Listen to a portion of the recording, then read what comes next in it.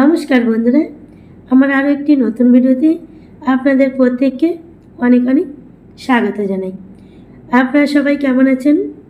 আশা করছি কাছে এবং দূরে যে যেখানে রয়েছেন প্রত্যেকেই অনেক ভালো এবং সুস্থ রয়েছেন, আর আমিও মোটামুটি ভালো রয়েছি।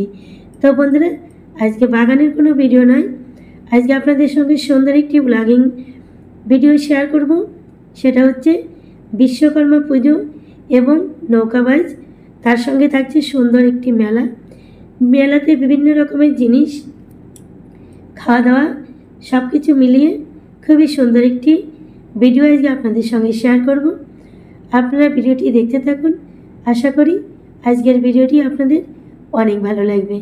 তো চলুন শুরু করি। তো প্রথমেই বন্ধুরা দেখতে পাচ্ছেন নদীর মধ্যে নৌকো নিয়ে ছোটাছুটি চলছে, তার মানে এখানে কিন্তু নৌকা বাইচ হচ্ছে, মানে নৌকার প্রতিযোগিতা খেলা হচ্ছে। আমরা যারা মোটামুটি একটু গ্রামগঞ্জে অঞ্চলে বাস করি আমরা কিন্তু প্রত্যেকেই জানি, আর যে সমস্ত নতুন বন্ধুরা রয়েছে তোমরা এগুলো কখনো দেখোনি, তোমাদেরকে বলছি এটা হচ্ছে পুরনো দিনের ঐতিহ্যবাহী একটি খেলা। এই খেলাটি আগে খুবই জনপ্রিয় ছিল, এখন দিনে দিনে নৌকো খেলাগুলো কিন্তু সম্পূর্ণই উঠে গেছে। তবে আমি আমাদের এখানে নদীতে এই খেলাটি হয় তাই আজকে তোমাদের সামনে তুলে ধরেছি। তো তোমরা ভিডিওটি দেখো, আশা করি অনেক ভালো লাগবে। তো দেখতেই পারছো কত পরিমাণে লোক আমরা হাজির হয়েছি। দেখো ভীষণই ভালো লাগে এই খেলাটি দেখতে। দেখো খেলাটি কিন্তু বৈকাল থেকে শুরু হয়। তো লোকের পরিমাণটা দেখতেই পারছো কত পরিমাণে লোক। নদীর এপার এবং ওপার দুদিক দিয়ে কিন্তু প্রচুর পরিমাণে লোক রয়েছে, আর নদীর ভেতরেও কিন্তু রয়েছে অনেক নৌকা এবং লোক। দেখো, তো আমরা কিন্তু সারা বছর অপেক্ষায় থাকি কবে এই মেলাটি বসবে আর আমরা প্রত্যেকে মেলাতে যাব। তো দেখো আজকে বিশ্বকর্মা পূজা, মানে ভাদ্র মাস যাবে। তো আজকেই কিন্তু আমাদের এখানে এই অনুষ্ঠানটি হয় আর কি। তো দেখো প্রচুর পরিমাণে কিন্তু লোক রয়েছি, আমরা অপেক্ষায় রয়েছি যে কে জিতবে এবং তাকে পুরস্কৃত করা হবে। আর প্রত্যেক বছরই কিন্তু যে জেতে সে কিন্তু অবশ্যই পুরস্কার গ্রহণ করে। তো এবারেও কিন্তু এনাদেরকে পুরস্কার দেওয়া হবে। এনারা কিন্তু বিভিন্ন ধরনের গ্রাম থেকে এসেছেন আমাদের এই নদীতে খেলার জন্য। তো খেলাটি শুরু হতে চলেছে, আর এই খেলাটি কিন্তু প্রায় 3বার মতো হয়। তো 2বার হয়ে গেছে, এবার কিন্তু লাস্ট। এবার খেলার পরেই কিন্তু ফাইনাল প্রতিযোগিনী কে সেটা আমরা বেছে নেবে, তো সেটা আমরা দেখতে পাবো। তো দেখো প্রত্যেকটি মানুষ কিন্তু উৎসুক হয়ে রয়েছে যে কতক্ষণে খেলাটি ফাইনাল খেলাটি হবে এবং কে বিজয়ী হবে সেটা দেখার অপেক্ষায়। তো লোকগুলো দেখতে পাচ্ছ যে কি পরিমাণে মানুষ এখানে রয়েছে। দেখো আমি তো এক সাইডটা দেখাচ্ছি, অন্য পাশটা দেখানোর আমার সুযোগ হচ্ছে না, প্রচুর পরিমাণে ভিড়। আর বেলাটাও কিন্তু অনেকটা ডুবে গেছে, পরিষ্কার আসছে না। তারপরেও যতটুকু পারছি তোমাদের সঙ্গে শেয়ার করছি। তো দেখো এটা কিন্তু ফাইনাল খেলা শুরু হয়েছে। এই যে দেখো চলছে লাল এক টিম, আর এদিকে রয়েছে হলুদ কালারের এক টিম। আরও কিন্তু বেশ কয়েকটি নৌকো রয়েছে, তারা একটু পেছনে পড়ে গেছে। তো ছোট বড় বিভিন্ন ধরনের নৌকো কিন্তু রয়েছে। আর এই সমস্ত যারা লোকেরা খেলে এনাদের প্রচুর আনন্দ, এনারা কিন্তু খুব আনন্দ সহকারে খেলাটি খেলে এবং সারাটা বছর অপেক্ষা করে কবে আমরা খেলাটি খেলবো। তো হারবো না জিতবো সেই কথা কিন্তু তারা ভাবে না, শুধুমাত্র খেলবো এইটুকুই তারা চিন্তাধারা করে। তো দেখো এটা নদীর উপরে কত বড় একটি ব্রিজ। তো দেখতেই পেলে লাল নৌকোটা কিন্তু জিতে গেছে, আর হলুদ কালারের নৌকোটা কিন্তু একটু কমে গেছে।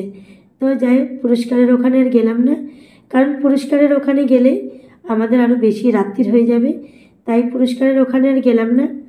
তোমাদেরকে শুধু দেখিয়ে দিলাম নৌকো খেলাটা। তো দেখতেই পেলে লাল নৌকোটা জিতেছিল, আর বাদবাকি নৌকোগুলো কিন্তু পেছনে পড়ে গেছিলো। তো তারপরে চলে এসেছি মেলাতে। দেখো বিভিন্ন ধরনের নৌকো, জাহাজ, তারপর ঝুড়ি, চাপি, পাখা, তারপরে পাখির বাসা, মানে আরও বিভিন্ন ধরনের জিনিস। এগুলো দেখো বাঁশের তৈরি, কী সব বানিয়েছে, মানে ঘটি না কি এগুলো ঠিক বুঝতে পারছি না। তো দেখো এই যে এগুলো সব পলো মতো করেছে, এগুলো মনে হয় মাছ ধরার জন্য, যাই হোক।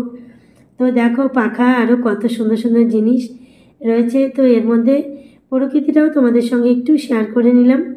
দেখো এদিকে কিন্তু মানুষজন এখনও দাঁড়িয়ে রয়েছে। ওই যে দেখতে পাচ্ছ এটা আমাদের টাঙ্গন নদী। আর এই যে দেখো নদীর উপরে ব্রিজটি কত বড়।